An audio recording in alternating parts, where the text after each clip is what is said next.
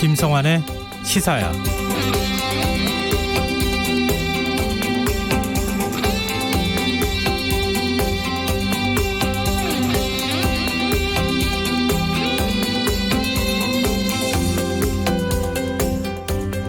(4월) 총선을 앞두고 정치권에서는 신당 창당, 통합 움직임이 활발합니다. 중도보수 통합을 기치로 내건 미래통합당이 오늘 공식 출범을 했고요.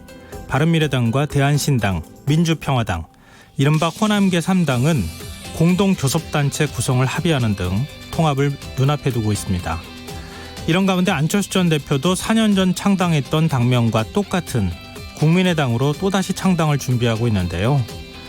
청취자 여러분께서는 이런 정치권의 움직임 어떻게 지켜보고 계십니까? 각 정당들은 저마다 변화와 새로운 가치를 언급하고 있지만 정책적으로 뭐가 다른지 와닿지 않는 게 현실인데요. 정치권의 지각 변동이 총선을 앞둔 이합집산으로 보이지 않으려면 앞으로 각 정당들이 스스로 존재 가치를 증명해야 하지 않을까 합니다. 시사평론가 김성환입니다. 어제와 오늘 각각 한 명씩 추가 확진자가 발생하면서 국내 코로나19 확진자는 모두 30명으로 늘어났는데요. 잠시 후 뉴스에서 자세한 내용 살펴보겠습니다. 코로나19 29번 확진자와 30번 확진자의 감염 경로가 확인되지 않으면서 지역 감염에 대한 우려가 커지고 있는데요. 더 깊이 있게 들여다보는 인터뷰 시간에는 감염내과 전문의와 자세한 이야기 나눠보겠습니다.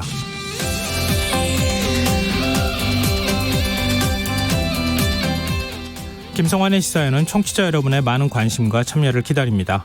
오늘 방송 내용과 관련해 의견 있으신 분들은 문자 보내주십시오. 당첨된 분들께는 모바일 상품권 보내드릴 텐데요. 참여하실 번호는 샵 9730이고요. 짧은 문자는 50원, 긴 문자는 100원의 이용료가 부과됩니다. 콩 게시판을 통해서도 무료로 참여하실 수 있고요. KBS 1라디오 유튜브 채널을 통해서도 실시간으로 시청 참여하실 수 있습니다. KBS 1라디오 김성환의 시사야. 그럼 지금 시작하겠습니다.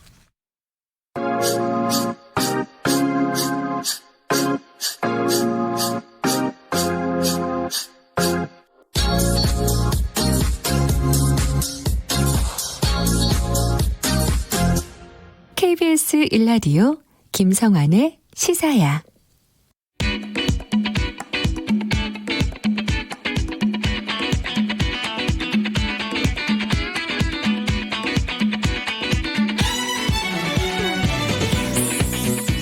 오늘 놓쳤던 뉴스 꼼꼼히 정리해드리는 뉴스야 시간입니다.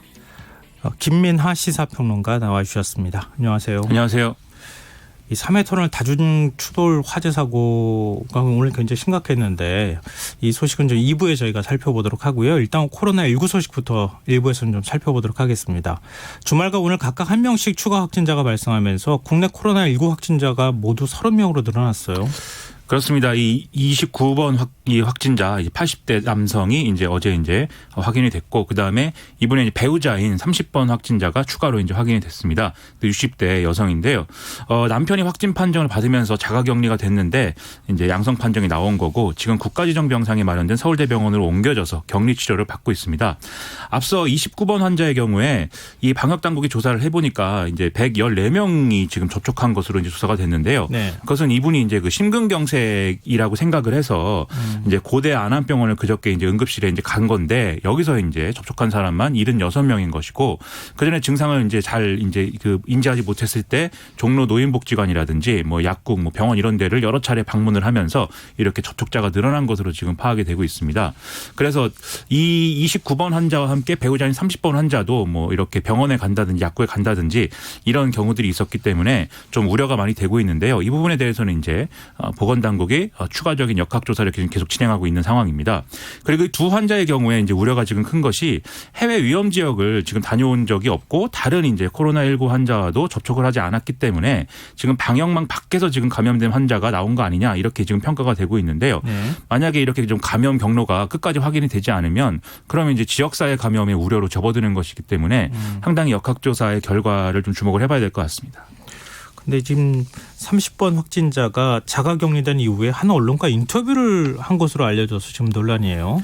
그렇습니다. 이 언론하고 조선일보 기자를 만나서 이제 뭐 인터뷰를 해서 그 기사가 나와서 여러모로 이제 문제가 되고 있는데요. 네. 지금 이제 그 보건당국의 입장에서는 이 자가격리 대상자로 지정된 이후에 이분이 이제 그 자택 소독을 하는 과정에서 바깥에 네. 나왔다가 이때 이제 한 10분 정도 이제 기자하고 대화를 나눈 것으로 이제 파악을 하고 있다 이렇게 밝혔는데 이것을 이제 자가격리 수칙을 어긴 것으로 볼 거냐 여기에 대해서는 그렇게 보지는 않겠다 이렇게 이제 답변을 하고 있는 그런 상황입니다. 네. 그럼에도 불구하고 어쨌든 지금 언론사의 이런 취재 활동이 뭐 이런 지금 방역 이 행정이나 이런 데는 지금 도움이 되지 않기 때문에 이것은 좀 자제를 해달라라는 취지로 기자단에 공문을 보내는 이런 상황이었습니다. 이 자가격리 생활 수칙에 보면은 격리자는 격리 장소에 외출은 금지해야 되고 가족 또는 동거인과의 대화 등으로 접촉을 안 할 수 있도록 해야 되는데요. 네. 이걸 위반하면 300만 원 이하의 벌금이 부과되기 때문에 주의가 이제 필요합니다. 그러면 지금 확진 판정을 받은 거 아닙니까? 그 그렇습니다. 만났다고 하는 조선일보 기자는 어떻게 되는 거예요? 그 경우에는 이 만난 상대에 대해서는 처벌 규정이 없기 때문에 그것 네. 관련해서는 따로 이제 뭐 형사책임을 묻거나 그런 상황은 아닌 것으로 파악이 됩니다. 그 기자도 그럼 격리돼야 되겠네요. 만약에 이 상황이면 뭐 그렇게 판단할 수가 있겠는데 정확하게는 이제 보건당국이 어떻게 판단을 내리느냐 그걸 지켜봐야 되겠죠. 참 애매하네요. 그 기자가 만약에 신문사 편집국에 들어가서 다른 사람들하고 또 접촉했다 그러면 어떻게 되는 건가? 이런 또 의문이 남기도 하고요. 그렇습니다. 그렇다면 이 신문사는 다 뭐 격리를 해서 집에서 이제 일을 해야 되는 상황이 될 수도 있지 않을까 좀 걱정이 많이 됩니다. 근데 그 기자는 자가 격리 중이라고 하네요. 근데 그렇습니다. 기자하고 네. 접촉했던 사람들도 확인을 좀 해야 되는 상황이 아닐까 싶은데요. 그렇죠.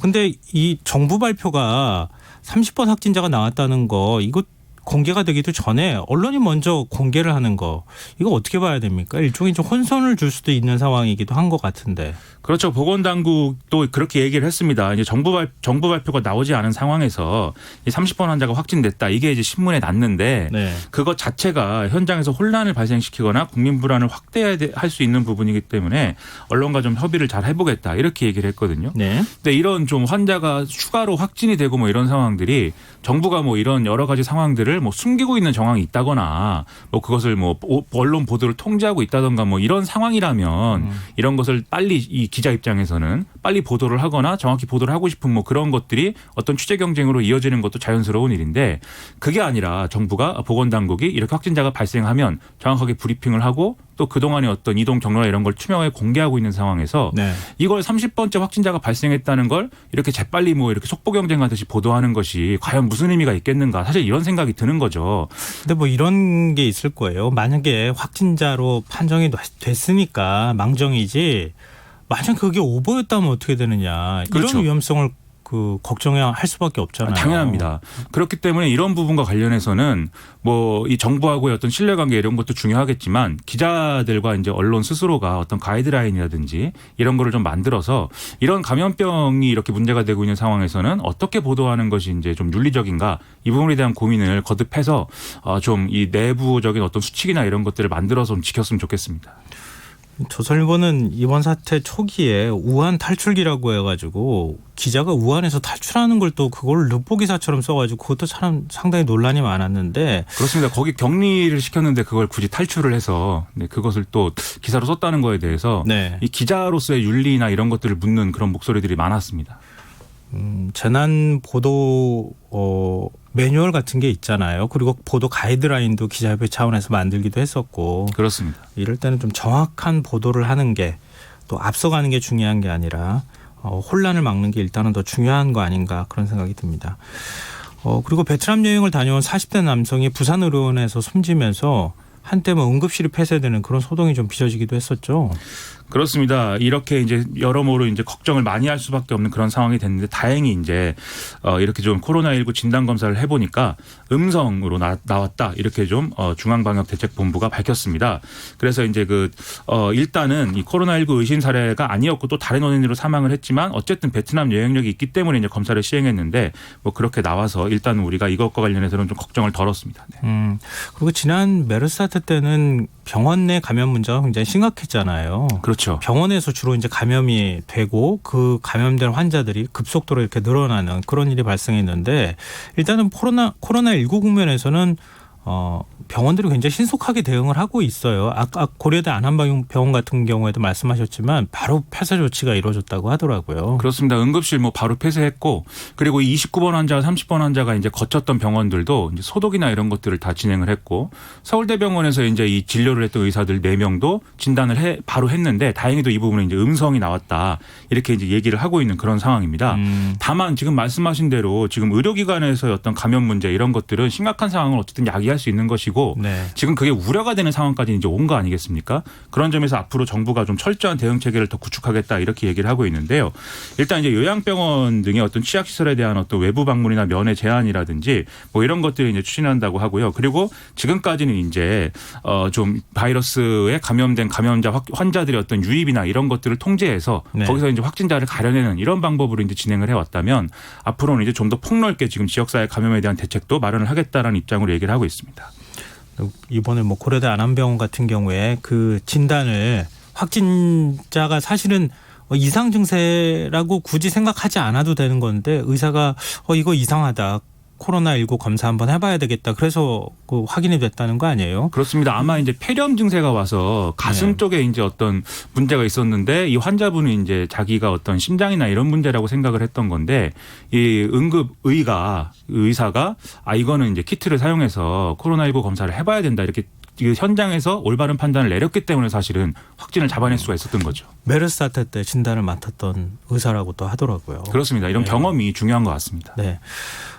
근데 정부가 이제 이렇게 되니까 좀 더 감시 체계를 지금 강화하겠다 이렇게 밝히고 있는 거죠. 그렇습니다. 지금 아까 말씀드렸다시피 지역사회 감염을 막는 게 이제 지금으로서는 상당히 중요한 문제이기 때문에 일단은 29번 환자하고 30번 환자의 어떤 역학조사 결과를 보면서 지역사회 감염이 시작된 것인지를 일단은 판단을 해야 되는데 그게 이제 확정이 되기 전에 우리가 선제적으로 조치에 이제 나서야 되는 것이죠. 그래서 어떤 이미 이제 지난 7일부터 해외 여행력이 없더라도 의사소견에 따라서 진단 검사를 실시하고 있는데 지금 이제 그 감염병 감시 체계라는 게 있거든요. 예를 네. 들면 올해 이제 인플루엔자 바이러스가 어떻게 이제 유행할 것인지 이런 것들을 진단을 하고 그게 이제 유행 조짐이 보이면 네.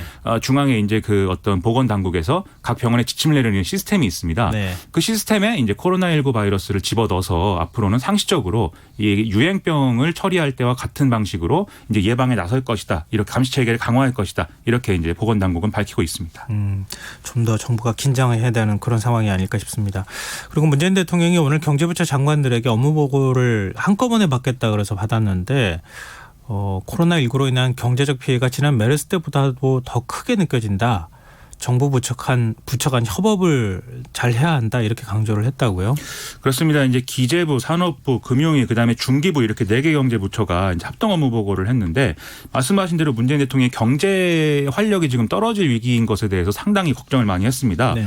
그래서 이제는 좀 경제 활력을 되살리는데 전력을 기울여야 할 때다 이렇게 얘기를 하면서 일부 언론 보도라든지 또는 이제 최근에 여러 가지 걱정 때문에 국내 소비 활동과 여가 활동이 과도하게 부풀려진 공포와 불안으로 위축돼 있다 이렇게 진단을 하는 그런 모습을 보였고요. 그러면서 국민들께서도 정부의 대응을 믿고 각자 안전수칙을 철저히 지키면서 정상적인 일상활동과 경제활동으로 복귀해 주실 것을 당부드린다. 이렇게 얘기를 했습니다. 그러면서 또 문재인 대통령은 최근에 전주시라든지 일부 지역에서 지금 코로나19 사태를 맞이해서 지금 그 타격을 입고 있는 자영업자들을 네. 생각하면서 이제 건물주 일부가 좀 임대료를 조정하는 이런 어떤 운동을 벌이고 있지 않습니까? 어제 SNS에 착한 임대료 운동에 대해서 언급을 한 그 부분 말씀하시는 거군요. 그렇죠. 그런 부분에 대해서 문재인 대통령이 크게 이제 평가를 하면서 이런 노력을 같이 상생의 노력을 같이 하면서 국민들도 적극적인 소비 진작으로 좀 호응해 줬으면 좋겠다. 이렇게 이제 얘기를 하는 그런 상황이었습니다. 네, 좀 화제를 바꿔보겠습니다.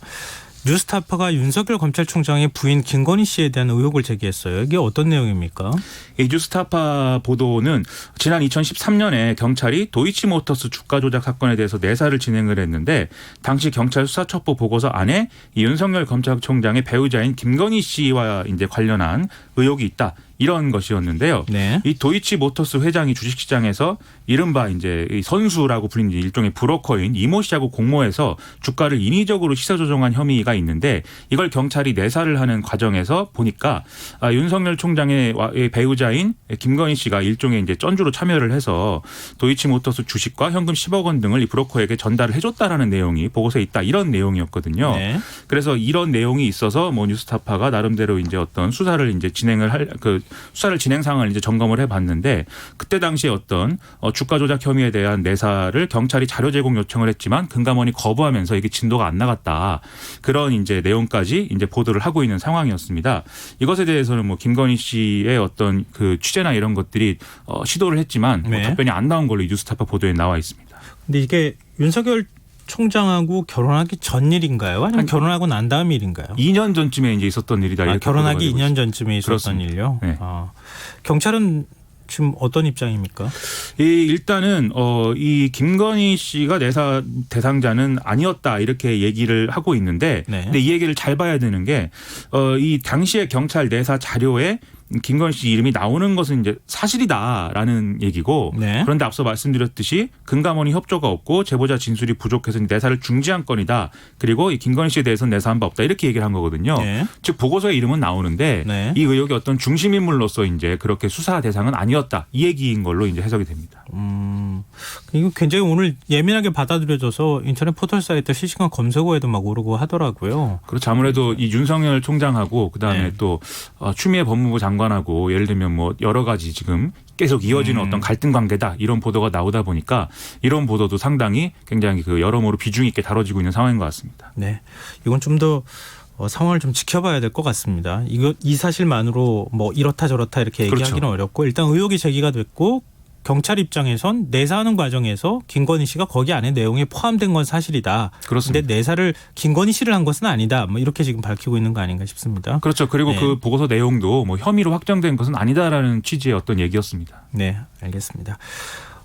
그런가 하면 지금 민주당 같은 경우에는 고려대 임미리 연구교수가 쓴 칼럼 민주당만 빼고 이 문제에 대한 대처를 두고 뭐 여러 가지 비판의 목소리도 있고 또 당에서 어떻게 대처해야 되는가 대처를 제대로 못하고 있다 이런 이제 지적도 나와요. 그렇습니다. 이 임미리 교수와 이제 이 칼럼이 어쨌든 이 칼럼에 대해서 민주당의 조치가 부당하다고 이제 생각하는 그런 분들은 좀 당의 공식적인 사과가 있어야 된다라는 얘기를 하고 있고 네. 당내에서도 일부 이제 그런 목소리가 나오고 있는 게 사실입니다. 이거에 대해서 이낙연 전 국무총리가 당 공동 상임선대위원장 내정자 자격으로 이제 언론과의 취재 과정에서 겸손함을 잃었거나 또 겸손하지 않게 보인 것들에 대해서 국민들께 미안하게 생각한다라면서 앞으로 자신부터 더 스스로 경계하고 주의하겠다. 당도 그렇게 해주길 기대한다. 이렇게 얘기를 하면서 공식적인 사과가 됐다. 이제 이런 평가가 나오고 있는데요. 네. 임미리 교수도 이것에 대해서는 뭐 받아들이겠다라는 입장을 밝힌 걸로 그렇게 이제 보도가 되고 있습니다. 다만 이제 이해찬 대표의 별도 사과나 이런 것들이 이제 없었기 때문에 이 부분을 이제 추가로 임미리 교수는 이제 좀 요구를 하는 그런 상황이었는데요. 네. 이제 그 당 지도부 회의에서 남인순 최고위원이 이것에 대해서 이제 임미리 교수의 글이나 성명 이런 것들이 아프게 다가온다라면서 민주당이 앞으로 더 잘하겠다라는 의사를 또 이제 밝히기도 이제 했습니다. 근데 아직까지도 당 차원에서 공식적인 입장이 안 나온 거 아닙니까? 그렇게 보면. 이게 그 방금도 말씀드렸듯이 이낙연 전 총리는 사실 이제 공동 상임 선대위원장 내정자 자격이기 때문에 네. 당이 이제 공식적으로 대응을 했다 뭐 이렇게까지 보기는 좀 어려운 상황인 것이죠. 네. 근데 임미리 교수는 일단은 사과는 수용하겠다. 이낙연 이제 전 총리의 사과는 수용한다 이런 얘기였습니다. 네. 하여튼 민주당의 당 차원의 뭔가 대응을 제대로 못하고 있다고 하는 목소리가 계속되고 있는 상황인데 이 전 총리의 사과로 이 문제가 좀 일단락될 수 있을까요? 이제 그렇게 되면 가장 좋은 그림인데 네. 사실 뭐 이런 여러 가지 지금 지적들이 나오고 있고 또 임미리 교수의 글에 대해서 이 정권의 어떤 그 좀 강한 지지자들은 강경한 어떤 입장을 가진 지지자들은 지금 따로 이제 고발을 해야 된다. 고발을 하고 있는 그런 상황이기도 하거든요. 네. 근데 이런 갈등이 이렇게 길게 이어지는 게 뭐 여당 입장에서도 좋지 않고 네. 여러모로 불필요한 논란을 사실은 소모적으로 만드는 그런 측면이 있다는 생각이 저는 들거든요. 그렇기 때문에 이게 어쨌든 시작은 뭐 이 당이 민주당 당직자 고발을 하면서 시작된 것이긴 하지만 또 여당이 어떤 계획적으로 어떤 플랜을 갖고 고발을 하거나 이런 건 아니었기 때문에 좀 이걸 소화할 수 있는 수준에서 소화를 해주는 게 빨리 이제 그 논란을 좀 잘라주는 게 중요하다고 생각이 됩니다. 그렇게 보면 당 지도부나 또는 책임 있는 인물이 공식적인 라인에 있는 인물이 좀 사과나 이런 어떤 입장을 좀 밝히고 그리고 또 임미리 교수 그걸 받아들여서 좀 앞으로는 여당 집권 여당이 책임 있게 이런 언론 보도나 또는 언론 보도 내용을 다루는 어떤 칼럼들에 대해서 좀 책임 있게 앞으로는 이 좀 비판이나 이런 것들을 수용하겠다는 입장을 밝혀는 사실 해소가 되는 거거든요.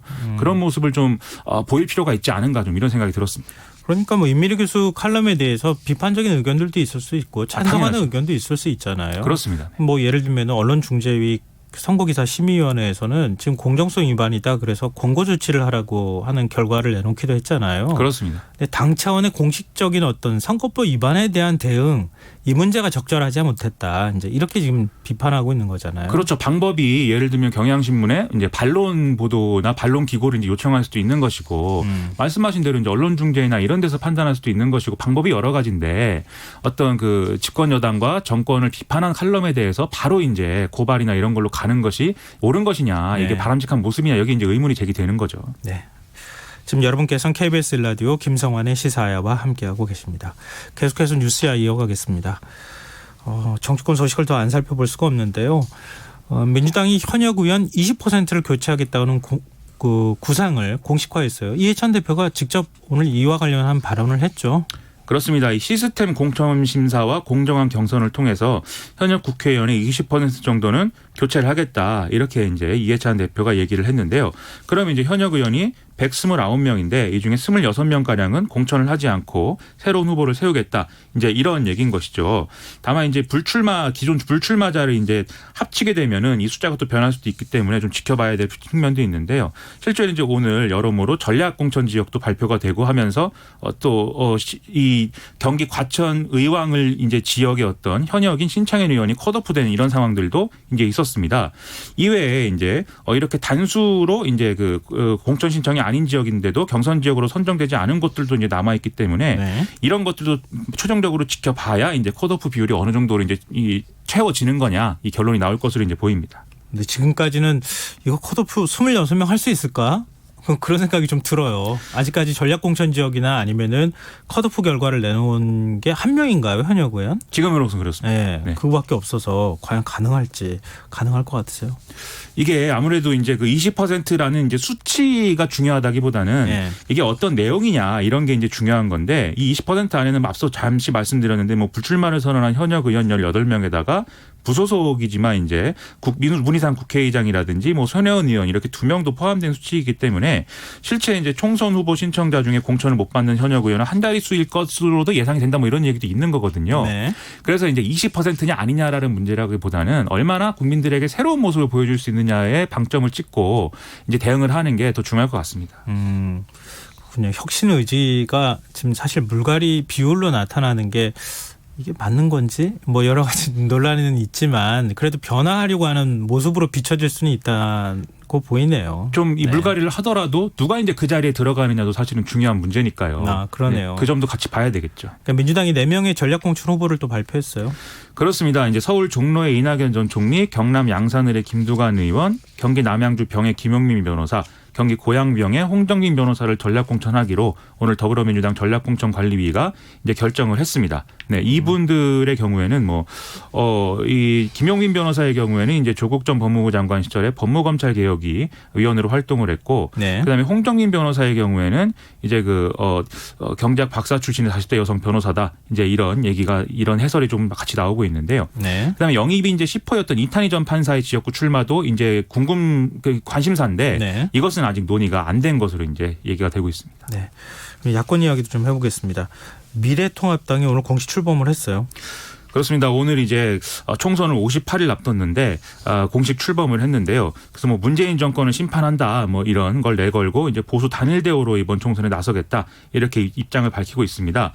뭐 아시다시피 이제 미래통합당의 지도부는 자유한국당이 주축이 되고 그다음에 단일성 집단 지도 체제 이제 황교안 대표가 있는 대표를 네. 맡는 그 체제도 거의 이제 그대로인 건데요. 그래서 자유한국당 최고위원 7명에다가 원희룡 제주지사 그리고 새로운 보수당의 이준석 젊은 정당 비전위원장 뭐 김영한 전 의원 등등을 이제 4명을 통합당 최고위원으로 추가하는 것 외에는 크게 이제 자유한국당 체제에서 변화가 없는 거 아니냐 이런 지적이 나오고 있습니다. 상징색은 이제 연한 파스텔톤 분홍빛으로 볼 수가 있는 이제 해피 핑크로 정했는데 네. 여기에 상당히 뭐 여러 가지 의미를 싣고 있습니다. 굉장히 뭐 자유 대한을 지키고자 하는 유전자, 비 한 방울 뭐 이런 깨끗한 흰색에 떨어지는 뭐 이런 국민 행복 뭐 이렇게 얘기를 하는데 빨간색이 흰색을 섞으면 핑크색이 나오니까. 그렇죠. 근데 이렇게까지 설명을 하는 걸 봐서 상당히 이 색깔에 대해서 참 자부심을 느끼고 있는 게 아닌가 싶은데 어쨌든 이런 것들이 유권자들에게 그런 의미로 다가가지는 않을 것 같고 좀 산뜻한 의미, 좀 새로운 의미 뭐 이런 걸로 다가가는 걸 노린 것이 아닐까 좀 이런 생각이 들었습니다. 이제 미래통합당의 당명과 관련해서는 아직 중선관위 허가가 나오지는 않았는데요. 네. 중선관위는 좀 가급적 빨리 처리하겠다 이런 이제 입장을 밝히고 있습니다. 그리고 이 미래통합당 출범식에서 문재인 대통령하고 더불어민주당 이해찬 대표 명의의 화환이 이제 있었는데 네. 여기에 붙어 있는 이제 명패 있지 않습니까? 네. 이게 없어지고 일부 훼손되고 뭐 이런 일들도 있어서 시작부터 여러 가지 논란을 이제 갖고 이제 시작이 되는 그런 모습이었습니다. 근데 출범식에 유승민 의원이 참석을 하지 않았어요. 이걸 두고 해석이 좀 여러 가지가 나오던데 어떻게 봐야 할까요? 일단 유승민 의원이 이제 그 불출마를 하기로 한 후에 이제 지역구에 있는 지지자들하고의 어떤 소통이나 이런 것들을 뭐 아직 다 뭐 마무리하지 않아서 이제 안 왔다 뭐 이렇게 얘기가 나오고 있는데요. 다만 이제 전체적인 모양을 평가를 하자면 사실 이렇게 좀 새로운 당이 출발을 하는 데 있어서 유승민 의원의 어떤 존재라든지 이런 것들을 좀 껄끄럽게 생각하는 사람들이 내부에 계속 있는 거 아니겠습니까? 그래서 그런 부분에서 괜히 이제 어떤 모습이 노출돼서 이렇게 추가적인 논란을 불러일으키는 것보다는 자신이 명확하게 불출마 선언한 이후에 일종의 이선 후퇴를 하는 모습을 보여줌으로써 통합의 걸림돌이 되지 않겠다라는 좀 이런 메시지를 주려고 한 게 아닌가 이런 해석도 가능할 것 같습니다. 정치권 반응은 어떻습니까? 일단 이 보수 세력이 하나로 뭉친 거에 대한 어떤 이런 부분에 대해서는 사실 큰 어떤 긍정적인 얘기는 많이 안 나올 수밖에 없는 건데요. 네. 뭔가 이렇게 지금 이렇게 지도부 구성이나 이런 것들을 봤을 때 사실은 새로운 어떤 정치 세력이다라고 보기보다는 과거에 새누리당이 이제 다시 복구가 됐다 이렇게 볼 수밖에 없는 측면이 있지 않습니까? 그래서 더불어민주당이라든지 바른미래당, 대한신당, 정의당 모두가 그런 부분에서 좀 비판적으로 얘기를 하고 있는 그런 상황입니다. 네. 그리고 자유한국당이 지난 10일부터 지금 공천 신청 후보자들 면접을 진행하고 있지 않습니까? 내일은 또 영남권 지역 그 공천 신청자들에 대해서 면접을 할 예정이다 이런 얘기까지 나오는데 최근 사흘 동안 현역 의원들의 불출마 선언이 잇따르고 있어요.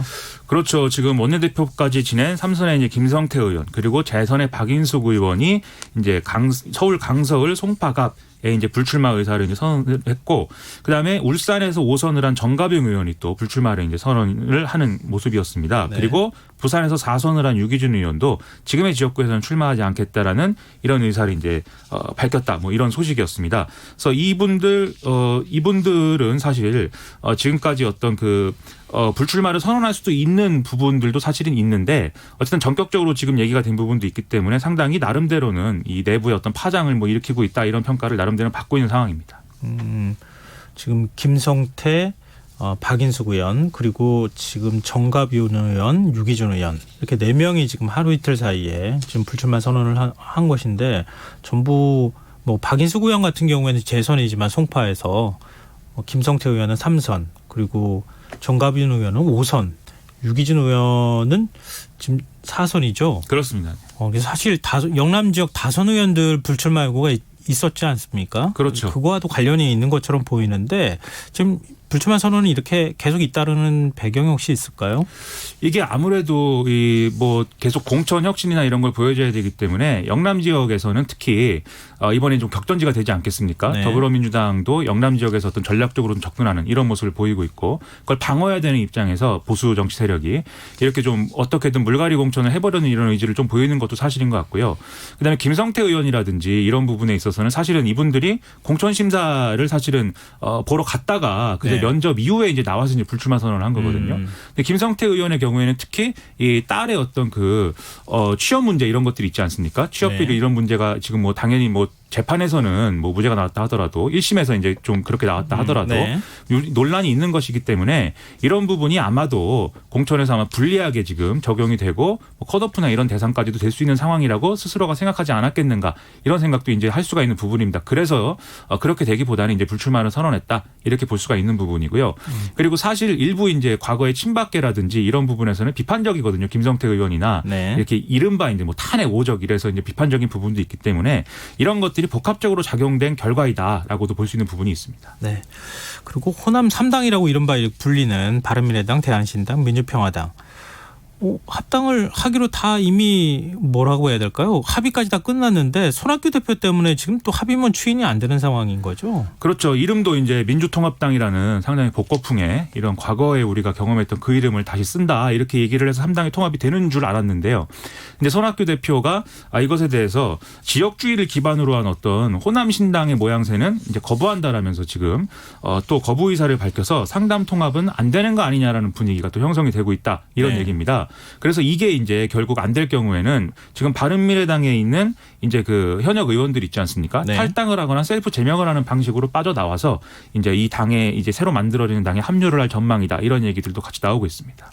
근데 만약에 손학규 대표가 계속 이렇게 합당을 거부할 경우에 지금 뭐 교섭단체까지 결성한다 이런 얘기까지 지금 나온 상황인데 손 대표 한 명 남겨놓고 다 나머지 탈당한다는 얘기가 맞습니까?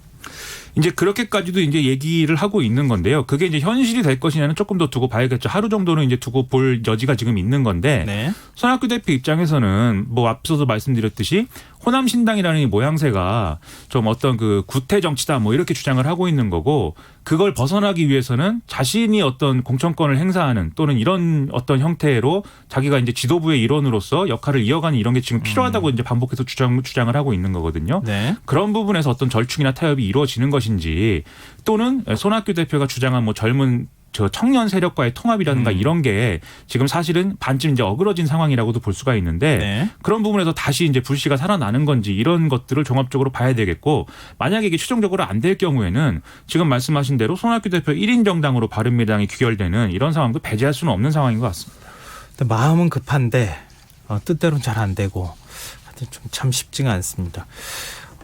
청취자분들 문자 들어와 있는데요. 휴대전화 뒷자리 7395 쓰시는 청취자분께서 코로나19 때문에 불안해서 가족들과 회사 동료들과 생활하기가 힘드네요. 또 집안 행사인 결혼식에 초대하기에도 미안해요. 하루빨리 불안해서 벗어났으면 좋겠습니다. 라는 의견 주셨고요.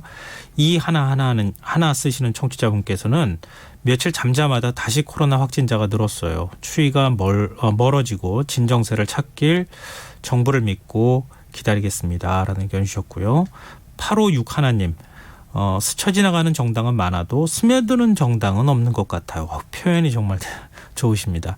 빙판길 안전운전하십시오. 라는 문자 주셨습니다. 스며들고 싶네요. 스며드는 김성환의 시사회가 돼야 되겠습니다. 또 저희 프로그램 얘기로 또 넘어오시네요. 너무 좋은 프로그램이라는 생각에. 감사합니다. 칭찬까지 해주셨습니다. 감사합니다. 오늘 뉴스야 여기까지 하겠습니다. 지금까지 김민하 시사평론가였습니다. 고맙습니다. 고맙습니다.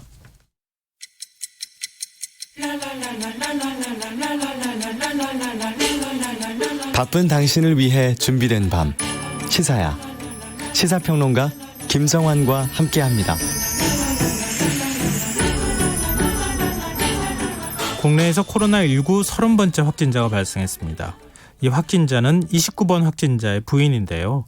해외 여행력도 없고 기존 확진자와의 접촉력도 확인되지 않은 환자가 발생하면서 지역사회 감염이 현실화되는 것 아니냐 이런 우려가 커지고 있는 상황입니다. 오늘 이슈와 인물을 더 깊이 들여다보는 인터뷰 시간에서는 최원석 고려대 안산병원 감염내과 교수와 이 문제에 대해서 얘기 나눠보도록 하겠습니다. 최 교수님 안녕하십니까? 네, 안녕하세요. 네. 28번 확진자까지 그동안 확진자들이 주로 방역 감시망 내에서 발생하지 않았습니까? 근데 이번에는 방역망 바깥에서 발생했다고 하는 평가가 나오는데 교수님께서는 이 상황을 어떻게 보고 계십니까? 네, 사실은 아직 역학조사가 끝난 건 아니고 진행 중이기 때문에 네. 결과를 좀 더 자세히 좀 살펴보긴 해야 될 텐데요. 만약에 해외 유입이나 기존에 진단되었던 분들과의 접촉, 이런 역학적 고리가 확인되지 않은 그런 지역사회 감염자로 결론이 난다면 이건 굉장히 중요한 의미를 갖습니다. 저희가 이제 이러한 환자의 발생이 중요하다고 말하는 게 몇 가지 이유가 있는데요. 네. 첫 번째는 이런 환자분들이 존재한다면 우리가 겉으로 이미 드러나 있는 확진 환자 이외에 지역사회 감염자가 더 존재한다는 의미이고, 그렇다면 실제 환자가 더 많고 이런 분들을 통해서 계속 전파가 이루어질 가능성이 있다는 거죠. 두 번째는 역학적인 관계로 환자를 파악할 수가 없다면 현재 의료 시스템 내에서 많은 혼란이 좀 발생할 수 있습니다. 사실 이 코로나19와 다른 호흡기 감염병하고 증상을 통한 감별이 굉장히 어렵거든요. 네. 게다가 지금이 계절적으로 이런 호흡기 감염병이 많이 발생하는 시기이기 때문에 이런 분들과의 감별이 어렵다는 점 때문에 가져오는 혼란, 이제 이런 부분이 문제가 될 것 같습니다. 지금 그러면은 정부는 사례 정의를 또 다시 바꿔야 되는 건가요? 사례 정의는 이미 이제 오판을 통해서 의사가 의심할 수 있는 부분으로 확대를 해놓긴 했는데, 네. 그럼에도 이제 의심되는 부분에 있어서 해외 여행이라든가 접촉이라든가 이제 이런 부분에 단서가 조금 더 달려 있거든요. 네. 그래서 이 부분을 조금 더 확대해서 적용하는 것. 그래서 이제 뭐 지금 정부에서 폐렴 선제격리 또는 전수조사와 같은 이야기를 하고 있는데요. 이렇게 확대되는 부분도 고려가 필요할 겁니다. 근데 참 지금 뭐 저도 오늘 경로 역학조사한 것들을 이렇게 보니까 날짜별로 이렇게 빠진 날짜들이 있더라고요. 그리고 지금 고령이지만 지역사회에서 여러 군데를 지금 다닌 그런 이제 그 경로들이 발표가 되고 있어서 지금 지역사회 감염이 시작되는 거 아니냐라고 하는 우려의 목소리가 나오고 있는 상황인데요. 보건당국은 굉장히 좀 조심스러운 입장이거든요. 아직까지는 지역사회 감염이라고 단정할 수는 없는 상황이다라고 하는데, 교수님께서는 지역사회 감염이라고 하는 게 시작됐다는 어떤 징후나 이런 것들을 어떤 상황에서 판단할 수 있다고 보십니까? 네, 사실 이제 이번 사례의 역학조사 결과가 굉장히 중요합니다. 네. 그래서 이게 끝나기 전에 섣불리 말하는 게 조금 많이 조심스럽죠. 그렇지만 지금 역학조사가 진행 중인데도 아직 접촉했던 그 경로를 찾고 있지 못하다면 이 통제 범위를 벗어난 지역사회 감염이 지금 시작이 아니라 이미 존재한다는 걸 의미하는 거죠. 그리고 이런 사례가 여러 확인이 된다면 저희가 걱정했던 것보다 생각하는 것보다 더 넓은 범위의 전파가 있을 가능성도 있거든요. 여러 가지 가능성을 좀 고려해야 될 것 같고, 이번 사례가 그런 의미에서 굉장히 중요할 것 같습니다.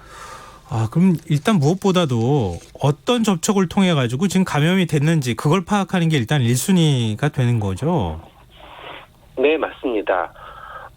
근데 다만 현재 상황에서 경로를 섣불리 짐작해서 이야기하는 건 좀 위험할 것 같고요. 네. 결국 사람 간의 전파가 이루어지는 거니까 이미 진단되어서 알려진 환자 또는 진단되지 않은 제3의 환자 둘 중에 하나겠죠. 일단 기존 환자의 동선을 통해서 이런 부분을 확인하는 게 먼저 필요할 것 같고요. 이렇게 확인할 수 없다면 방역문 바깥에 있는 감염자가 있다는 것을 의미할 거라고 생각합니다. 만약에 그러면은 지금 이 감염원을 파악하기가 어렵고 좀 지역사회에서 굉장히 오랜 시간 동안 지금 접촉을 해온 거 아니겠습니까? 다른 사람들하고. 네.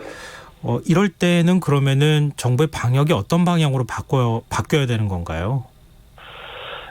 일단 이제 방역 체계가 역학적 연결고리를 확인할 수 없는 상황이 된다면 이제 지금 현재 검사하고 있는 것보다 더 많은 검사가 필요할 수 있거든요. 앞서 말씀드렸던 것처럼 정부가 폐렴 전수조사 또 폐렴 선제격리 이제 이런 것에 대한 정책을 이야기하고 있는데, 사실 이게 이제 학회와 함께 만약에 지역사회 전파가 이루어질 때 이 상황을 대비해서 이제 이야기해왔던 거죠. 근데 사실 이게 실제로 많은 기관이 이걸 제대로 수행하기가 굉장히 어렵습니다. 그래서 이제 이 부분에 대한 지원과 관리가 당연히 필요할 것 같고요.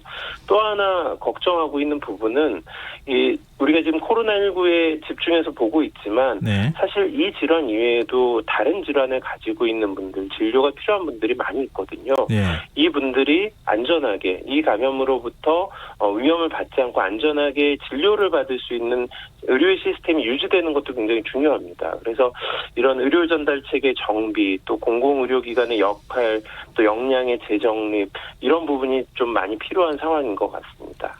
근데 그 문제하고 연결이 되지 않을까 싶어서 여쭙고 싶은데요. 지금 근처 경로당도 즐겨 찾았다고 하고 확진자가 도시락 배달 봉사도 했다. 관내 복지시설을 통해서 이런 얘기까지 나오고 있는데요. 아무래도 감염에 취약한 계층인 고령층하고 접촉이 잦았을 가능성이 높거든요. 네, 그 부분이 저희도 좀 많이 우려가 됩니다. 이게 사실 뭐 코로나19 이 바이러스에 감염이 되는 건 어떤 사람이든 생겨날 수는 있죠. 근데 그 중에서도 더 중증으로 진행하거나 사망하거나 이제 이런 위험이 높은 분이 지금 알려져 있는 바로는 연세가 많은 분들, 기저질환이 있는 분들 이런 분들일 텐데 이런 분들과 접촉이 많이 확인되고 있다는 거죠. 만약에 이분들에게 감염이 전파되었다면 기존의 환자분들은 비교적 경한 경과를 보인 것으로 지금 저희가 알고 있는데 네. 우리나라에서도 중증의 경과를 보이는 분이 발생할 우려가 있기 때문에 이 부분이 좀 걱정이 많이 됩니다. 그럼 이런 경우에는 어떻게 해야 됩니까? 그럼 지역사회에 접촉했다고 하는 고령층인 분들, 취약계층인 분들을 좀 찾아다녀야 되는 건가요? 어떻게 해야 됩니까? 정부 입장에서.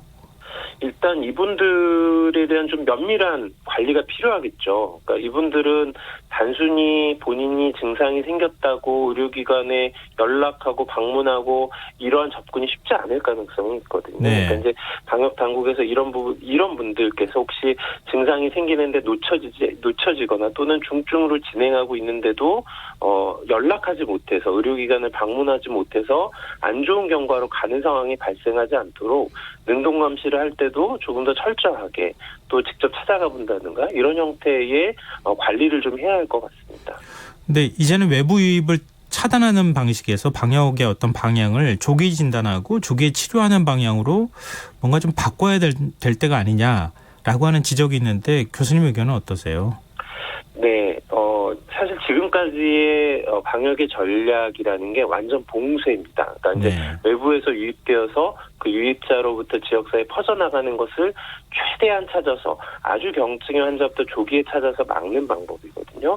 문제는 이러한 방법을 적용하는 게 성공하면 가장 좋지만 굉장히 많은 인력과 물자가 들어가야 되고요. 지역사회 전파가 많이 이루어지게 되면 이러한 방법이 더 이상 효과를 거두기가 어렵습니다.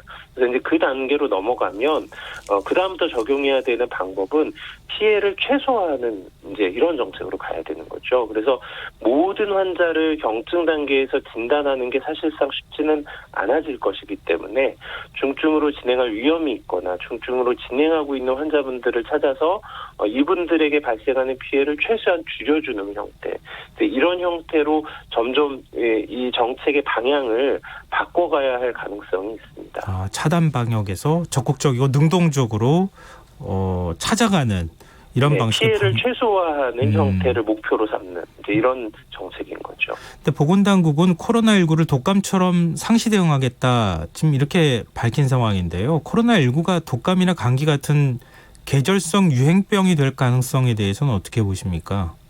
네, 아직 뭐 단언하기는 어렵지만 그럴 가능성이 충분히 있습니다. 실제로 2009년에 우리가 경험했던 신종 인플루엔자 같은 경우에는 그 이후에 계절적인 인플루엔자가 유행할 때 이것이 이제 계절적 유행하는 인플루엔자로 바뀌어서 지금 유행을 하고 있거든요. 그러니까 이제 더 이상은 신종 인플루엔자라고 부를 이유가 없어진 거죠.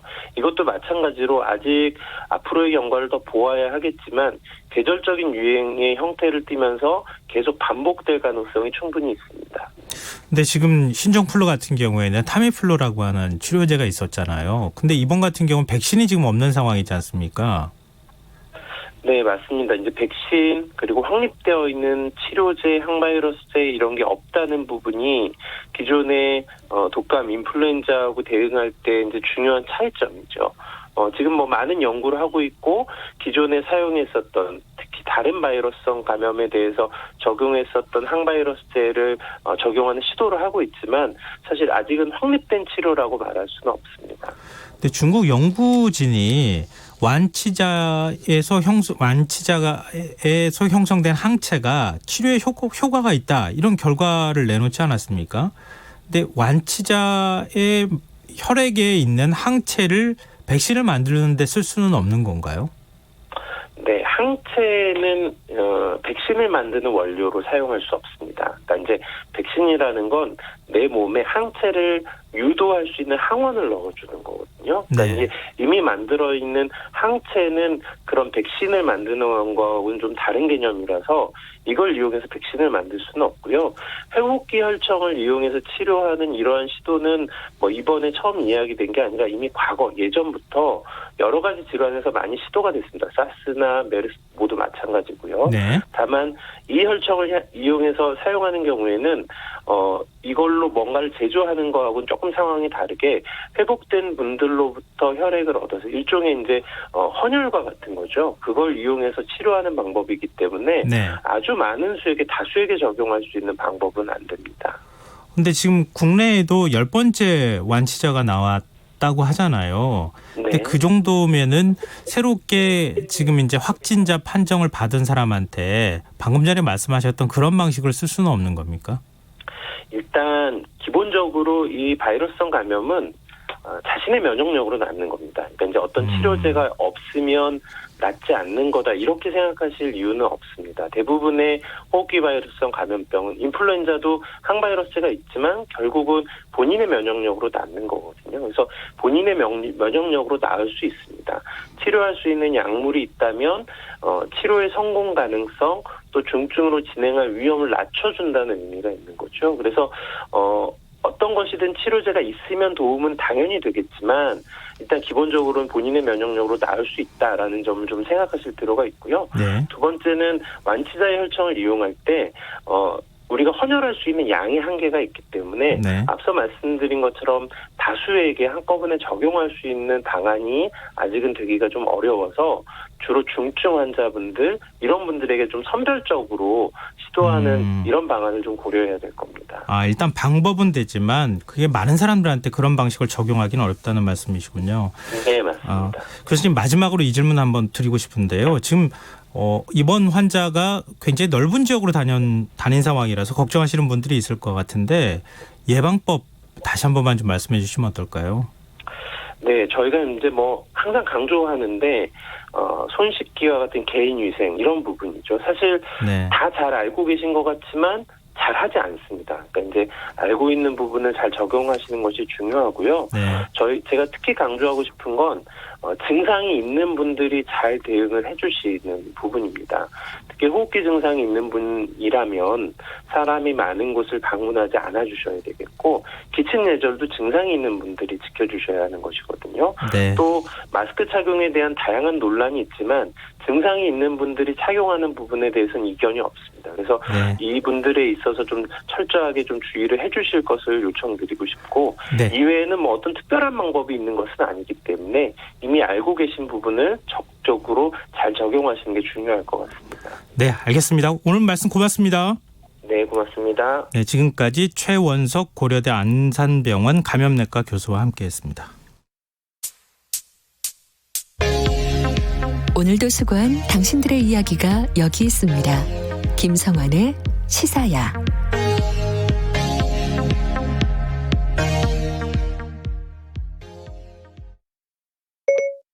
시사야, 네, 저 여기 있어요. 오늘 하루 AS 해줘. 네, 더 알고 싶은 이야기 놓쳤던 뉴스 제가 알려드릴게요.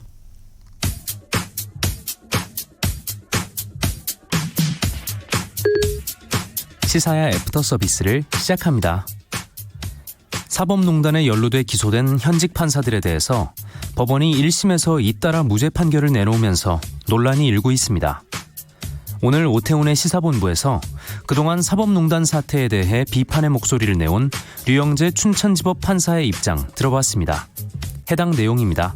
지난 13일이었습니다. 2016년 정은호 게이트 당시에 영장 내용 유출한 혐의로 기소된 3명의 부장판사에 대해서 재판부가 모두 무죄를 선고했습니다.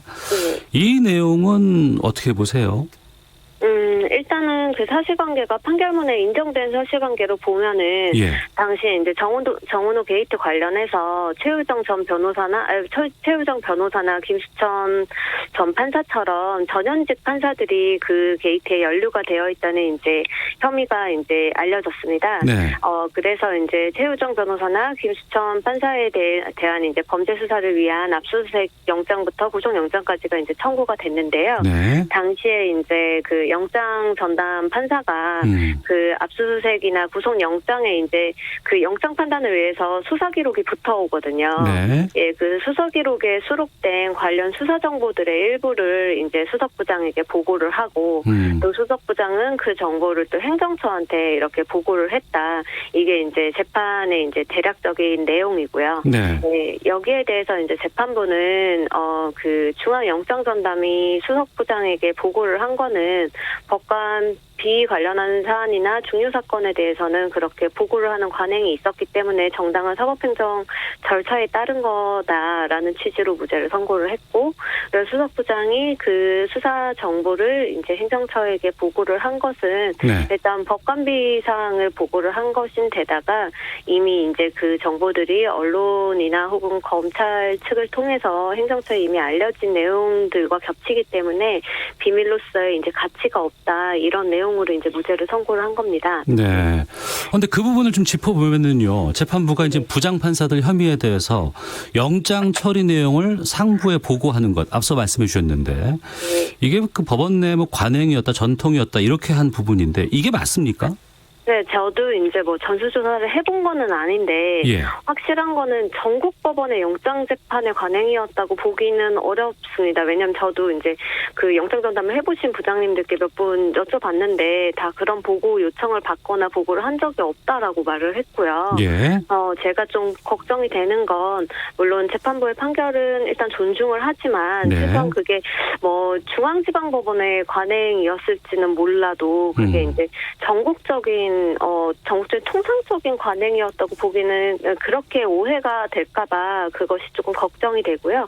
특히 영장재판이 비공개이기 때문에 그 영장재판의 결과만 보고를 하는 게 아니라 영장재판에 딸린 그 수사기록의 수사정보까지 보고하는 거는 일반적으로는 굉장히 이례적이기 때문에 네. 예, 그 부분에 대해서 제가 잘 알지 못하는 중앙지방법원만의 어떤 사법행정상의 관행이 있었다고 하더라도 그것이 통상적으로 다 보고가 된다든지 전국법원의 관행이었다라고 이렇게 인식이 되는 거는 좀 우려스러운 부분 아닌가 싶고요.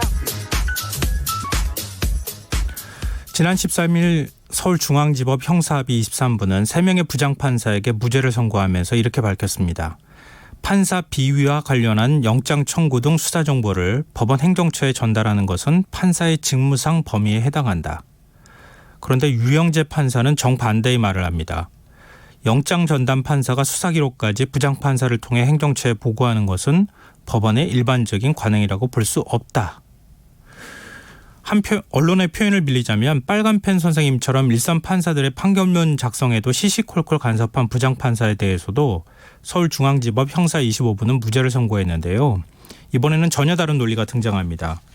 법관의 독립을 침해한 위헌적 행위지만 애초 부장판사는 재판에 관여할 권한 자체가 없으니 직권남용으로 처벌할 수 없다.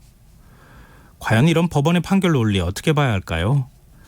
3년 전 사법농단 사건의 실체가 드러날 때마다 충격과 놀라움을 감추지 못했던 분들은 조금 어리둥절할 수밖에 없는데요. 법을 가장 잘 알기에 처벌하지 않는 방법도 누구보다 잘하는 것은 아닐까 하는 의심이 드는 건 비단 저만 느끼는 생각일까요? 청취자분들의 문자 들어와 있는데요. 3510님, 순간이동 능력이 있으면 좋겠어요. 오늘처럼 추운 날 집까지 순간이동하면 진짜 좋겠네요. 길이 얼어 걷기 힘들었어요. 모두 빙판길 조심하세요 하셨습니다. 눈 오고 난 다음 날 지금 빙판길인 곳들이 굉장히 많은데요. 더 큰 사고 소식도 지금 들리기도 하고 있는데 오늘 저녁 집에 돌아가실 때 조심하시기 바랍니다.